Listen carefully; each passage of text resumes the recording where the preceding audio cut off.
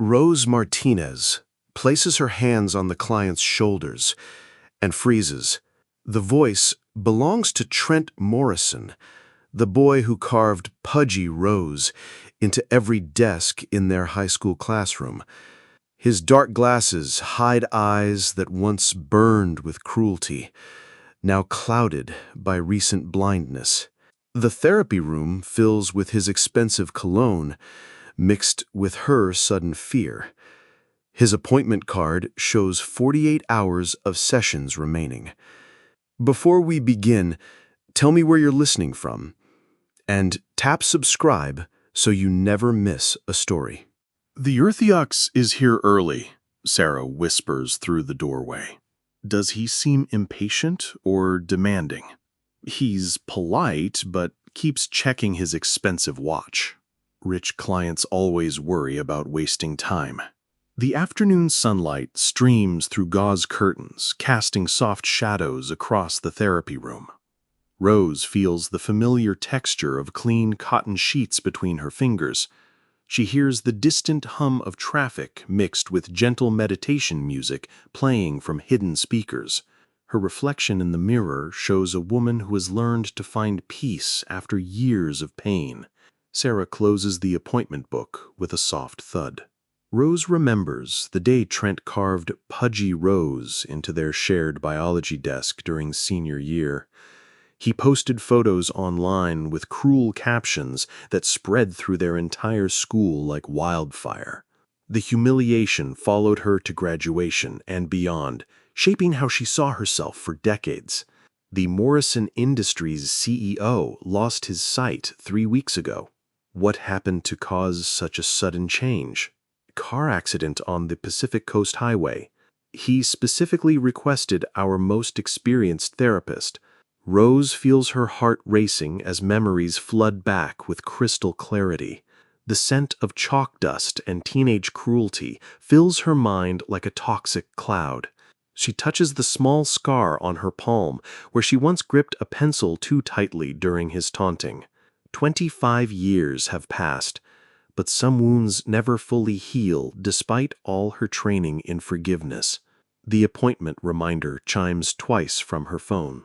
Rose opens the therapy room door to find Trent Morrison sitting in the waiting area with perfect posture. His dark glasses reflect the soft lighting while his manicured hands rest on an expensive leather briefcase. Age has been kind to him, turning teenage arrogance into polished confidence that money can buy. "I've heard wonderful things about your healing touch.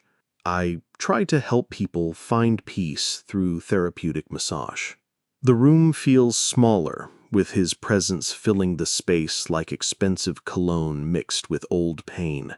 Rose notices how his fingers tap against the briefcase handle, revealing nervous energy beneath his calm exterior. Her bare feet make no sound against the polished hardwood floors. She guides him toward the massage table, while her mind races with possibilities. Trent removes his suit jacket with practiced precision. Rose explains the session process while Trent settles onto the massage table with careful movements. His blindness forces him to trust her completely, creating an intimacy that feels both powerful and uncomfortable. She prepares the warm oils while studying his face for any sign of recognition. "Your voice is very soothing," he says, relaxing into the soft cushions. "Thank you. I've been told that before. It reminds me of someone from my past. Most voices probably sound familiar when you can't see faces." The healing oils warm between her palms as she approaches his tense shoulders.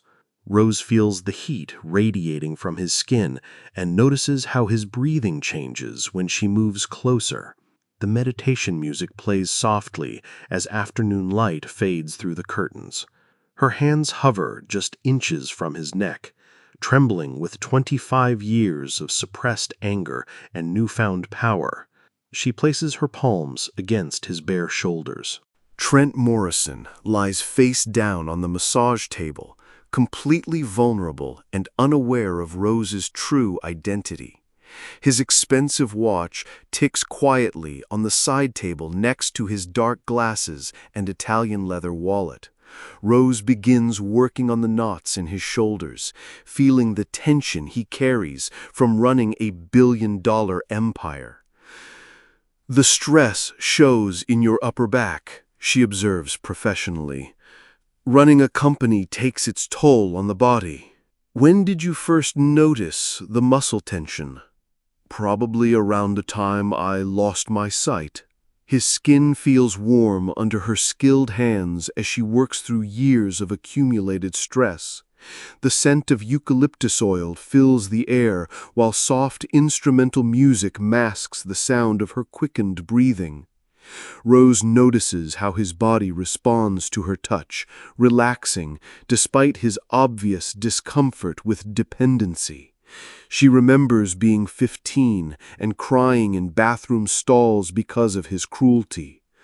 Trent sighs deeply as her fingers find a particularly tight knot. Rose works silently on Trent's shoulders while he shares details about his accident and recovery. His vulnerability creates an unexpected intimacy that makes her remember why she chose healing as her profession. The therapy room feels like a confessional where secrets hang in the air like incense. "The doctors say my sight might return partially. How does that uncertainty make you feel?" "Terrified of being dependent on others forever. Independence isn't everything, you know." The afternoon light grows softer as Rose continues her work. Her hands find every point of tension. She feels his muscles relaxing under her careful attention, while her own heart races with conflicting emotions. The sound of distant traffic mingles with his steady breathing. Her professional training battles against the angry teenager who still lives somewhere deep inside her heart. Rose reaches for more oil from the warming dispenser. Trent begins sharing memories from his high school years, while Rose works on releasing the tension in his neck. His casual tone suggests he doesn't remember the pain he caused, treating his cruelty like harmless teenage pranks. Rose's hands never pause in their therapeutic rhythm despite her growing anger. "I wasn't always the nicest kid back then," he admits with false modesty. "High school can bring out the worst in people. I probably hurt some feelings with my stupid jokes. Words can leave deeper scars than people realize." Rose feels her professional mask beginning to slip as memories surface with vivid clarity. The scent of the healing oils cannot mask the bitterness rising in her throat like bile. She remembers standing in front of their biology class while he read out loud from the carved desk. Her hands work deeper into his muscles, perhaps with more pressure than necessary for pure healing. Trent winces slightly, but doesn't complain about her grip. The session approaches its scheduled end as Rose applies final pressure to Trent's shoulder blades. Her hands shake slightly with the effort of maintaining professional composure, while her teenage tormentor lies helpless beneath her touch. The power dynamic has completely reversed, giving her opportunities for revenge she never imagined. "You have incredible hands," he says, his voice heavy with relaxation. "Thank you. I've spent years perfecting my technique. I'd like to book weekly sessions if possible. I think that could be arranged for the right client." Rose steps back from the table and washes her hands in the small sink, watching the oil swirl down the drain. The afternoon has grown darker while they work together in this strange dance of healing and hidden pain. She hears Trent moving slowly on the table, adjusting his position with the careful movements of someone learning to navigate darkness. The timer on her phone signals the session's official end. Rose schedules Trent's weekly appointments while he dresses behind a privacy screen, his expensive clothes rustling in the quiet room. She watches his reflection in the mirror, studying the man who destroyed her teenage years with casual cruelty. His blindness makes him seem smaller somehow, less threatening than the boy who once ruled their high school hallways. Same time next week works perfectly for my schedule. I'll put you down for Thursday afternoons then. I'm glad the session provided some relief for you. The appointment book feels heavy in her hands as she writes his name in careful letters. Rose smells his expensive cologne mixing with the lingering scent of therapeutic oils. She hears him fumbling with his wallet, counting bills by touch with the patience of someone still learning basic tasks. The late afternoon sun casts long shadows across the polished floor. Trent emerges from behind the screen, fully dressed and dignified. Over the following weeks, Rose learns details about Trent's current life during their sessions together. He built Morrison Industries from nothing, becoming one of the youngest billionaires in tech history. His success feels like salt in old wounds, knowing that her tormentor achieved everything while she struggled to rebuild her shattered confidence. The company is launching our biggest product next month. That must create enormous pressure for you. I've worked toward this moment for 15 years straight. Success often comes with unexpected costs, doesn't it? Rose's hands work steadily across his back while she listens to stories of his achievements. The therapy room fills with his obvious pride and her growing resentment. She feels the tension in his muscles that success and blindness have created together. The sound of his expensive watch ticking becomes hypnotic as she works through her conflicted emotions. His breathing deepens as her skilled fingers find each pressure point.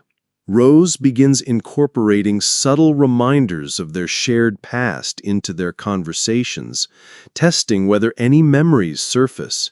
She mentions their high school by name and references teachers they both knew, watching for any sign of recognition in his relaxed demeanor. Her professional facade hides 25 years of accumulated pain and anger. Did you go to Lincoln High by any chance? Yes, though I try not to think about those days. Why not? High school memories can be quite formative. I wasn't my best self back then, honestly. The admission hangs in the air like smoke while Rose continues her therapeutic work. She feels his muscles tense slightly when she mentions specific teachers and classroom locations. The afternoon light filters through gauze curtains, creating patterns on the wall that remind her of prison bars. Her hands never pause, despite the emotions churning in her chest like a storm. Trent shifts uncomfortably on the massage table beneath her touch. During their fourth session together, Rose decides to test Trent's memory more directly by mentioning the biology classroom where he carved her nickname. She speaks carefully while working on his shoulders, measuring each word for maximum impact. The therapy room feels charged with unspoken tension and buried secrets. I remember a biology classroom with carved desks, she says quietly. Kids did stupid things back then, didn't they? Some of those carvings really hurt people's feelings. I suppose you're right about that possibility. Rose feels a surge of power as Trent's body language changes beneath her hands. His muscles tighten with what might be guilt or simply discomfort with the conversation topic. The scent of eucalyptus oil cannot mask the electric atmosphere building between them. She realizes she holds the ability to shatter his peace with a single revelation about her identity. Trent's breathing becomes noticeably more shallow and quick. The rent increase is impossible to afford. How much time do we have to find alternatives? 30 days before we lose everything we've built here.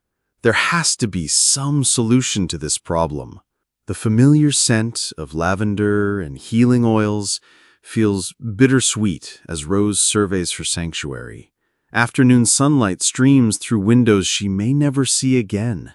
She touches the smooth surface of her massage table, remembering every client who found peace in this room. The thought of losing everything while Trent Morrison counts his billions creates a bitter irony. Sarah hands her a stack of legal documents to review. During Trent's session that afternoon, Rose struggles to maintain professional composure while her world crumbles around her. His casual complaints about minor inconveniences feel insulting compared to her genuine crisis. She works on his shoulders with more pressure than usual, channeling her frustration into her therapeutic technique. My assistant canceled 3 meetings without permission today. People make mistakes when they're stressed or overwhelmed. I expect better performance from my employees always. Sometimes circumstances beyond our control create problems. Rose's hands work deeper into the knots along his spine while she processes the unfairness of their situations. The room fills with tension that has nothing to do with his muscle problems. She smells his expensive cologne mixed with her own fear-induced perspiration. The sound of his breathing mingles with her racing heartbeat as anger and desperation war in her chest. He groans softly as she finds a particularly sensitive spot. Rose considers revealing her identity to Trent as a way to gain his sympathy and financial help. The irony of begging her former bully for assistance tastes bitter as medicine, but her desperation grows stronger each day. She works on his back while weighing the potential consequences of breaking her professional boundaries. "You mentioned owing me a favor for the healing sessions," she hints. "Of course, your work has been invaluable to my recovery. I'm facing some serious challenges with my business right now." "What kind of challenges are we talking about exactly?" The afternoon light fades as she explains her situation without revealing their connection. She feels his muscles relaxing under her touch, while her own tension increases exponentially. The therapy room that has been her sanctuary now feels like a cage. Her fingers trace patterns on his skin that mirror the scars he left on her soul decades ago. Trent listens thoughtfully to her carefully edited story of crisis. With less than 3 hours before the landlord's final deadline, Rose receives devastating news from Sarah.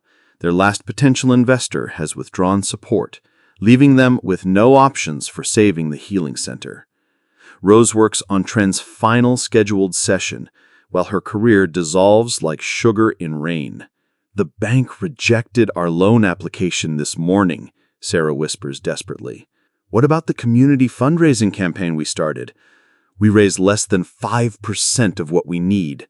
So this is really the end of everything we built here." Rose's hands shake as she applies oil to Trent's shoulders, her professional mask finally cracking under the weight of loss. The room smells of endings and unfulfilled dreams mixed with therapeutic lavender. She hears the clock ticking toward her final deadline while her former tormentor relaxes in blissful ignorance. The power she thought she held over him means nothing compared to his wealth. Trent sighs contentedly, unaware of her silent breakdown behind him. Rose stands behind Trent's relaxed form and makes the decision that will change both their lives forever. She places her hands on his shoulders and speaks the words she's rehearsed 1,000 times in her mind. The therapy room fills with 25 years of suppressed truth and pain. "My name is Rose Martinez, but you knew me as Pudgy Rose." "What did you just say to me?" "You carved that nickname into our biology desk senior year." "That's impossible. She was just a fat girl who—" The recognition hits him like lightning as her voice connects with distant memories. Rose feels his muscles tense completely under her palms while he processes the impossible reality. The afternoon light seems brighter as her secret finally escapes its cage. She smells his sudden fear, mixing with her own liberation, as years of silence end in a single moment. Trent tries to sit up, but her hands hold him down.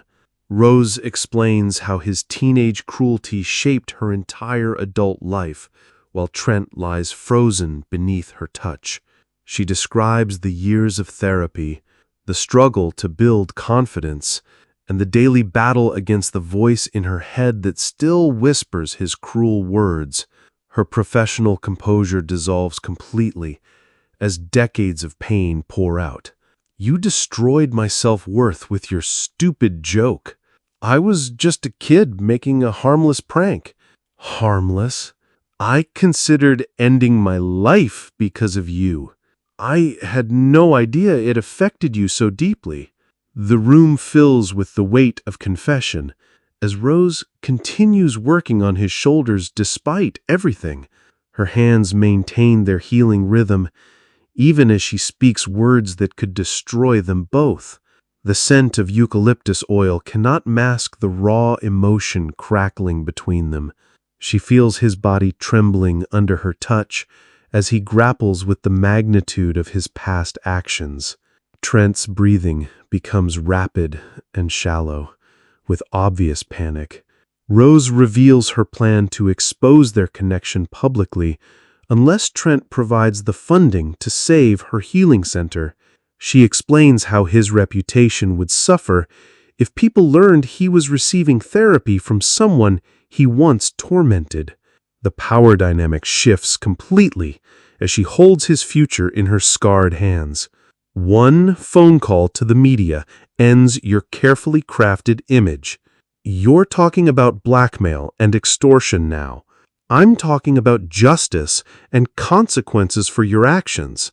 How much money do you want from me?" Rose names her price while continuing the massage with steady hands. The therapy room becomes a negotiation chamber where old wounds meet new power. She smells his fear mixing with her own intoxication at finally having control. The sound of his expensive watch ticking marks each second of his humiliation as the tables turn completely. Trent lies perfectly still, processing his impossible situation with growing dread.